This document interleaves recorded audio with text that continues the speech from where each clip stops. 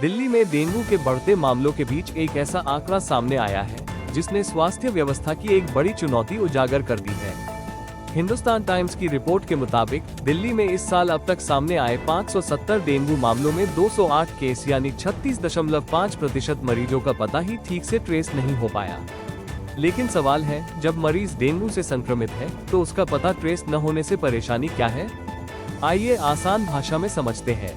570 में 208 case untraceable. Delhi के सार्वजनिक स्वास्थ्य विभाग की रिपोर्ट के अनुसार इस साल सोमवार तक 570 डेंगू केस दर्ज हुए। इनमें से 208 मामले अनट्रेस्ड यानी ऐसे रहे जहां मरीज का पता अधूरा या गलत दर्ज होने की वजह से स्वास्थ्य अधिकारी उसके वास्तविक स्थान तक नहीं पहुंच सके। वहीं 90 मामले दूसरे राज्यों से संक्रमण लेकर आए लोगों के बताए गए हैं। इस हिसाब से दिल्ली के अंदर सिर्फ 272 मामलों को भौगोलिक रूप से ट्रेस किया जा सका। पता ट्रेस न होने से इतनी बड़ी समस्या क्यों? डेंगू सिर्फ एक मरीज की बीमारी नहीं है। अगर किसी इलाके में लगातार कई केस सामने आते हैं तो स्वास्थ्य विभाग उस इलाके को डेंगू क्लस्टर या हॉटस्पॉट के तौर पर चिन्हित कर सकता है। इसके बाद वहां मच्छरों के प्रजनन स्थल तलाशना, एंटी लार्वा अभियान, फॉगिंग और दूसरी रोकथाम की कार्रवाई तेज की जा सकती है।